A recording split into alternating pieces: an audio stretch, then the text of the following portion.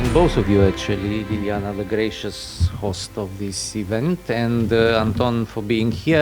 And this is part of a long-term effort, I have to say, to make connections with the Ukrainian thinking community, with the Ukrainian NGOs from the part of us, Expert Forum.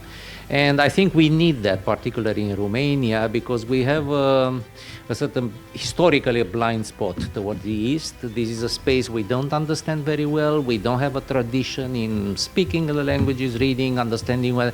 So we need to make these connections, to understand better what is going there, to understand the perspective. And this is why we have Anton here in Bucharest. Thank you very much for hosting me for the Institute, and thank you for the audience for this interest. Political war, as we can define it today, is about influencing the behavior and thinking of other nations using instruments and methods which go beyond traditional diplomacy, which go beyond soft power, but stop short of instruments and methods of a conventional war. So it is a place, it's a huge gray area in between these types of influence. For the US, political warfare would not really translate into a conventional war. They were separate, and they were considered to be separate. While for the Soviet Union, political warfare did not have this limitation, and it could develop into a conventional war from the failures of political warfare. So the Soviet Union, with their активные мероприятия, that was the term for political warfare during the Soviet times, they would easily go from political war to a conventional war, while Americans and the West in general would often stop. So if political warfare did not work, they would not go further. But I can give you examples of this a little bit later. So political warfare has its own advantages, and one advantage is that being engaged in political war, still if we want to influence someone, this political war helps avoid mass casualties. A very obvious example, if we take the realities of today, the entire budget probably for RT or for any other Russian disinformation channels, the annual budget could be the cost of maybe 2-3 tanks. So it's much cheaper to employ the propaganda machine and probably achieve the same results that a war could bring, but it would be cheaper than to have tanks operating. It also allows for maximum plausible deniability. Going back to the Russian political warfare, so strategic objectives, like why Russia is doing at the moment, or within the course of already maybe 10, 15 years, maybe even more, 20 years, why? And I would distinguish two strategic objectives. One is to protect Russian society from Western ideological, political, cultural, and other influences believed to undermine the grip on power held by the Putin regime. So what is Russia now doing? It can be also explained. The strategic objective is to protect the Russian civilization from what they believe to be a malign influence from the West. And of course, another strategic objective is to advance political, economic, and security interests of Putin's Russia on the international stage. During the pandemic, 2020, probably you remember those stories of Russian aid to Italy and Serbia. That aid was mostly useless, but for the reputation, in order to show that Russia is trying to help even European countries, even NATO countries such as Italy, we are sending help, and the EU is not helping, NATO is not helping, but Russia is, coming to help. I'm of an opinion which you may oppose, and some colleagues would probably not agree with me. But my opinion that there is no one center in the Russian Federation that manages all political warfare. There is no one center. There is no one sort of like a military desk from which all the decisions are coming. I'm of an opinion that there are different, sometimes even competing centers of power and centers of political warfare in the Russian Federation, that they have messages from the Kremlin. They know what should be done, they know what is expected from them, and they try themselves to carry out orders that were never given by the Kremlin, but they believe that by implementing those orders, by implementing bits of political warfare, they can be rewarded by the Kremlin for what they are doing. And there are many actors. Here we could also mention, especially after 2022, various independent or so-called independent influencers in the West, like YouTube bloggers, who would not have any direct link to the Russian state media organizations, but who would collaborate with them secretly. It is, of course, to now, or what are the strategic objectives today of the Russian Federation, concerning and how this political warfare is used and why it is used. It is to undermine Western military, economic, and political support of the Ukrainian leadership. For Ukraine. It's so distrust towards the Ukrainian leadership domestically and internationally. And in the end, so where it all comes to, it is to destroy the Ukrainian state and Ukrainian national identity. That in Putin's mind, or in the minds of those who are very close to Putin, the mere existence of Ukraine undermines the worldview and the idea of the Russian civilization. And because they believe that Ukrainians are just confused Russians, they cannot accept the idea that Ukraine can modernize along the Western lines and join the West, because the foundation of the idea and of the concept of Russian civilization, that this cannot be part of the West. We are a separate civilization. But if you have this successful example of one part of your civilization becoming part of the West, then the whole structure of your concept is ruined. It is undermined. This is why this problem, this Ukrainian problem, needs to be solved by just the destruction of it. So everything that is Ukrainian is anti-Russian. To this actually relates the idea of denazification of Ukraine as one of the objectives of the special military operation. I'm sure many of you don't know, and this is something that I got to know also quite recently.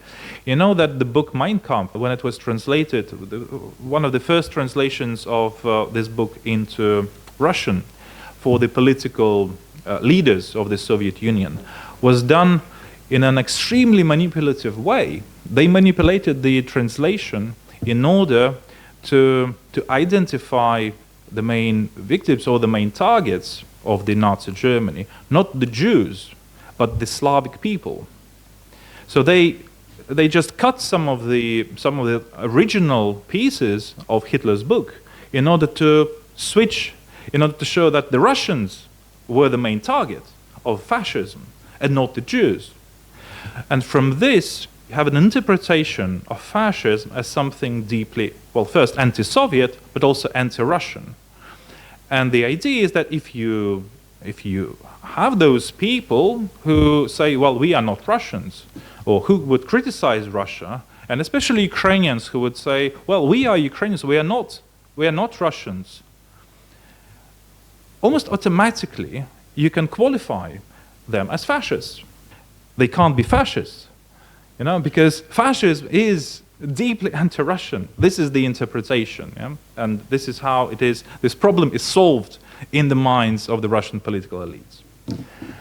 So, anti-Russia is a sovereign. If sovereign Ukraine is a project of anti-Russia, then necessarily Ukraine is a fascist regime, is a fascist country, which needs to be denazified, which means Ukraine needs to be de-Ukrainized.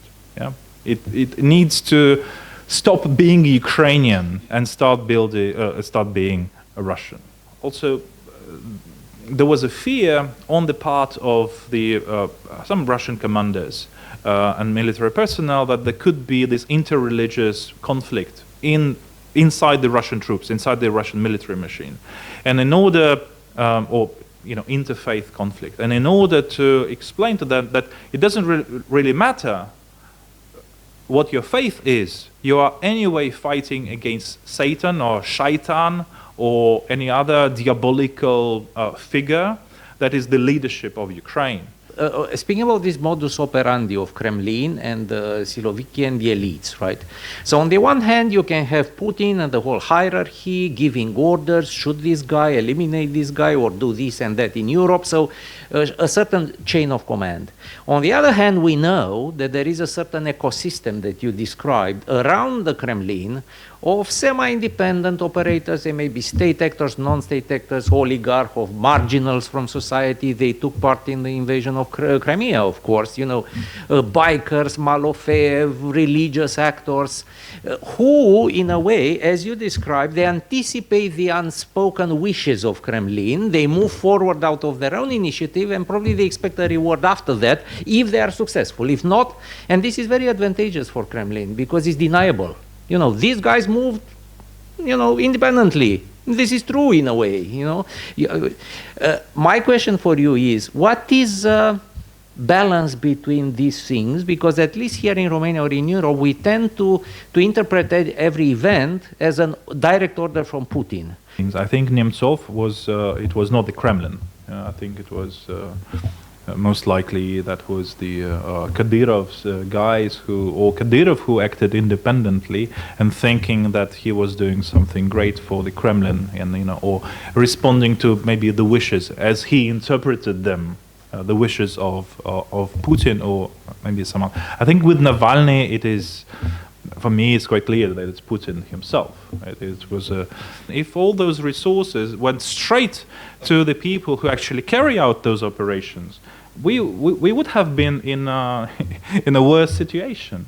So we are lucky in this sense. But indeed, there are Siloviki, there are state-sponsored operations, but there are a lot of operations, especially when it comes to maybe journalists and political forces, sometimes even and other experts.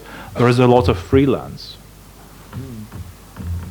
Okay, and the other related is about propaganda and influence. Okay, they do a lot, and you showed the instruments and the strategic and the tactical narratives. What about us? I mean, how Putin put it, the collective West.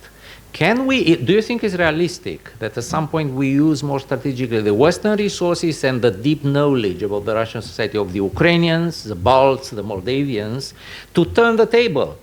Why don't we do active measures towards the Russian society to undermine all these narratives? Because my feeling is we are very, very passive in this. Is it a realistic prospect, or I'm just naive thinking this way?